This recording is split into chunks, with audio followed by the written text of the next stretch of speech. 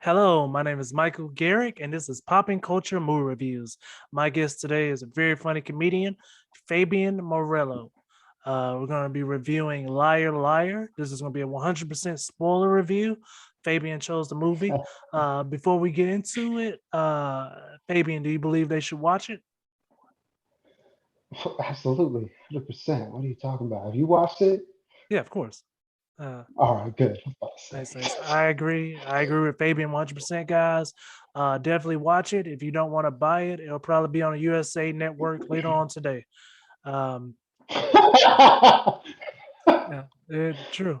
All right, Fair guys. enough. Everything past this point Mhm. is 100% spoilers.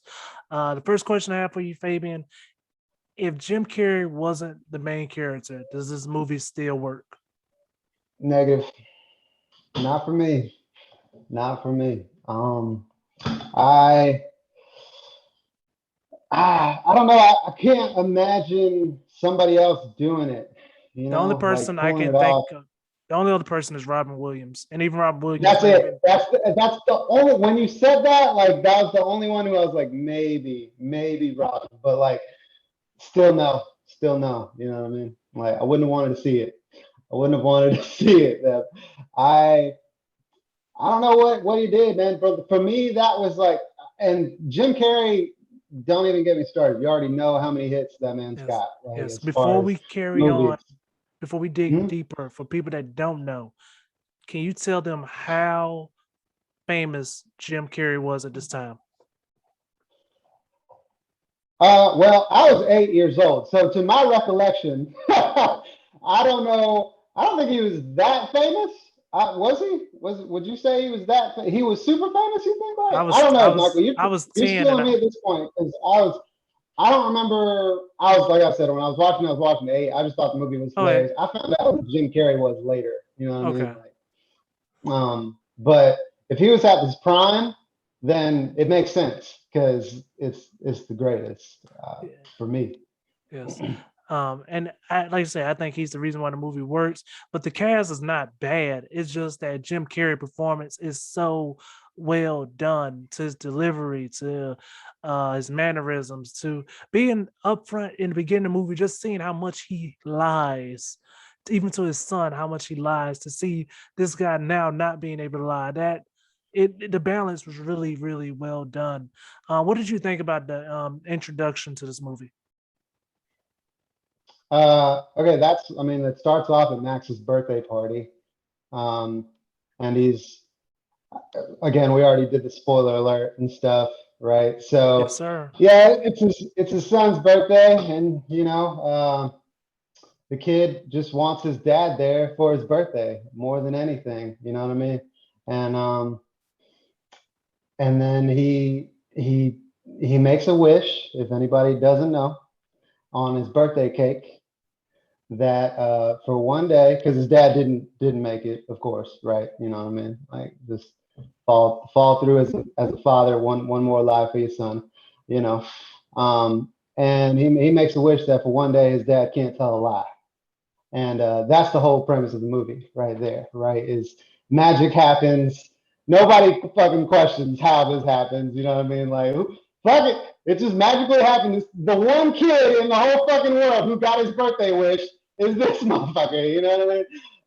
But yeah, and then that's the whole premise of the movie is his dad can't tell a lie, and in the film, which provides a ton of great great scenes, comedy courtroom drama, I would call it, because I don't know, as we all know, lawyers are notorious liars. So Yes, it's kind of funny to watch a movie where, yeah, that's the whole premise. There's this lawyer and he can't tell a lie. yes. And it just shows how much that he is a good lawyer. Like it shows that he is a good lawyer. Like he's able to Oh, get around it without lying. And it's a clever scene. Like it's because he's a divorce lawyer, and it what what should have been a toss up if he could lie became something that he really had to work hard for. And I love that scene with a passion because it shows his range as an actor, and it also shows that like this dialogue is well done. Like this is a dialogue that's good, but it's even better because Jim Carrey's the actor. The thing is, and I think you're touching on something, like it's a great movie. You know what I mean? Like there's a lot of times where like with comedy movies, maybe the story ain't there. You know what I mean? Like it's just like, we got this comedic actor, we got half a plot. You know what I mean? We're gonna throw some jokes in here and some stupid funny scenes and call it a wrap. You know what I mean? Like the story, fuck the story, as long as it's funny, and it'll be funny because we got this comedian in here, right? But like the thing is, the movie stands on its own. You know what I mean? Like it's a great film, like you're saying. Like it's good, and I think that's one of the best things about Yes. What's some of your favorite quotes from this movie? it. The pen is blue. The goddamn pen is blue. Uh, yeah.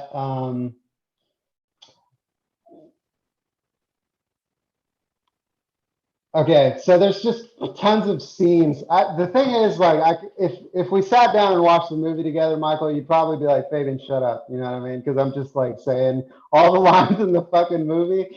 You know, so I'll tell you with like, yeah, my favorite quote is probably the pen is blue. I managed to use that at work not too long ago too. I remember I had a blue pen in my hand and I was like, I said something to my coworker. Another one of those references where at least I didn't expect them to get that one. I was like, the pen is blue, and but yeah, he's like trying to prove to himself in the film that he can lie. So he's got a blue pen in his hand, and he's trying really, really fucking hard to write on a piece of paper. The pen is red. You know what I mean? Like he's trying so fucking hard to write. The pen is red, and his hand just won't let him do it. So he ends up getting like this fucking battle with the pen where he's like fighting the pen, and it's like, oh, right, and then he like you see him get up from behind the desk and it says blue all over his face, like, and he's just looking at his secretary and she's like, Mr. Reed, is everything okay? And he's just like, the pen is blue. The pen is blue. The goddamn pen is blue.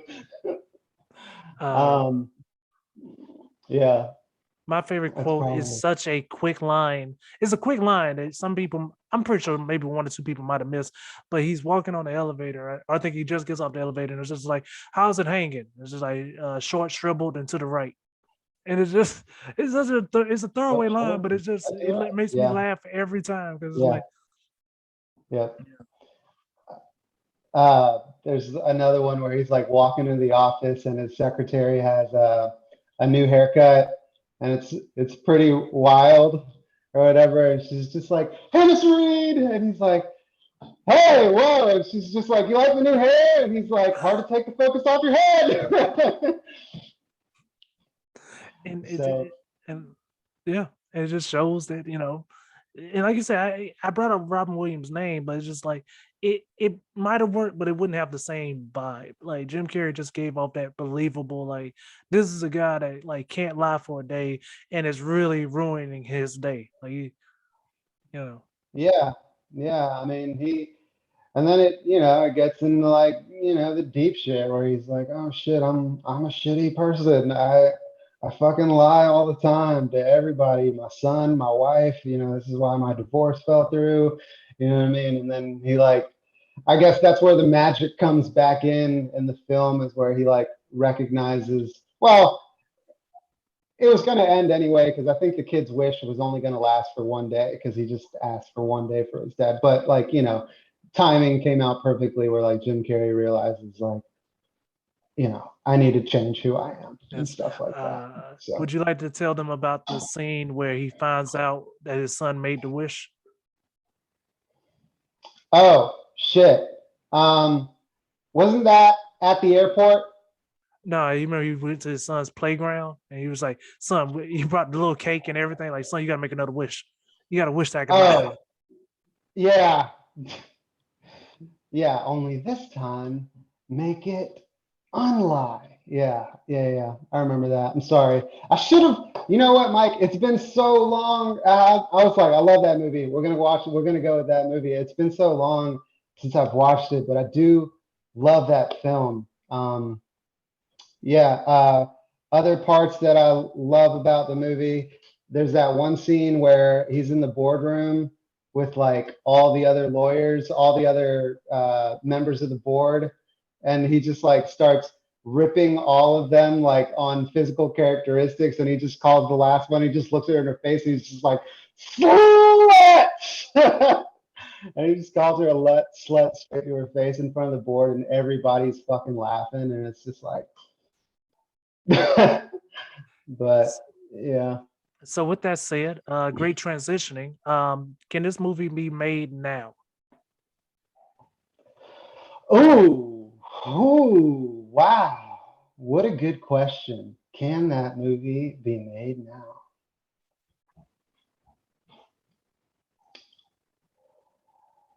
I, I think it could. I mean, it might get some backlash, like inevitably, like what we just talked about. Like, he's sitting there calling her a slut and stuff. But I think if you take the actual, I think if anybody actually watches the film, you know what I mean? I think a lot of times when we get like in modern culture, when people like backlash on certain things, like trying to cancel culture, say, like this shouldn't have never been made.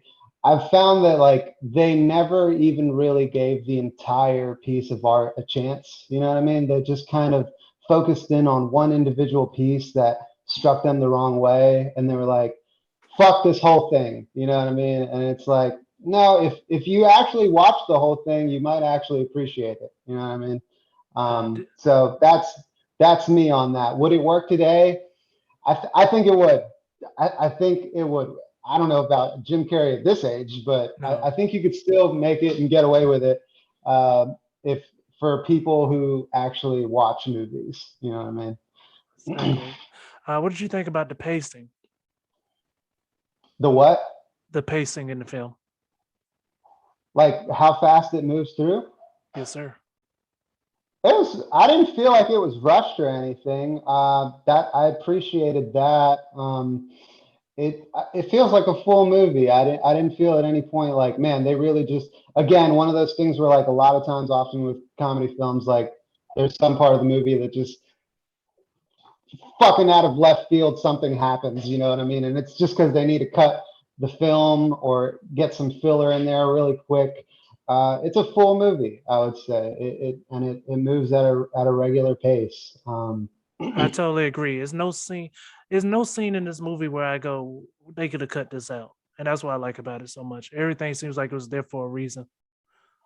Yeah, yeah, What did I, you I think about like the it. music? The music. Yeah. Oh God, Michael, you're asking me for too much right now. I don't know. I don't know about what are we talking about in specific here? I mean, the only thing that I can think about right now is like at the beginning of the movie when that clown's at the kid's birthday party and he's just singing that song and he's like, happy, happy, happy, happy, happy, happy, happy. I'm so happy today. Yes. The uh, way I would but compare the music to the music in Liar Liar, it took a lot from, in my opinion, Adam Sandler movies. From tone of the theme of music to song choices, it really feels like a Adam Sandler type soundtrack with his kind of movies, which is not a bad okay, thing. I you have taught me something now that I need to, like take more into effect now when I watch movies. I got to be honest that I oftentimes probably ignore the soundtracks in movies. You know what I mean? Like I'm just watching the film, maybe like some background music comes on during the movie during like a rush scene or something, and I may remember that. But for the most part, soundtracks, I don't, Hmm. I just don't pay attention that much to Yeah. movies to soundtracks. Nice. I know a lot of people give child actors a hard time, but I thought this kid did decent. Like I don't think he did great, but I don't Yeah, think he did bad. that could he did all right, right?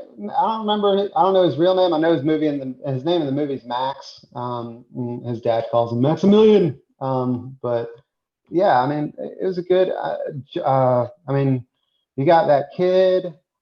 Uh, I don't know who the fuck that guy who played his stepdad is, but everybody knows Jim Carrey's previous wife, who in the movie is Jennifer Aniston. And I mean, it's Jennifer Aniston. She's a good actress, I'd say, and she did good. She plays a good role as the disgruntled ex-wife who's sick of her lying, cheating husband. I think she did a good job of portraying that role. Nice, nice. 1 through 10, what would you give this movie? On a 1 to 10.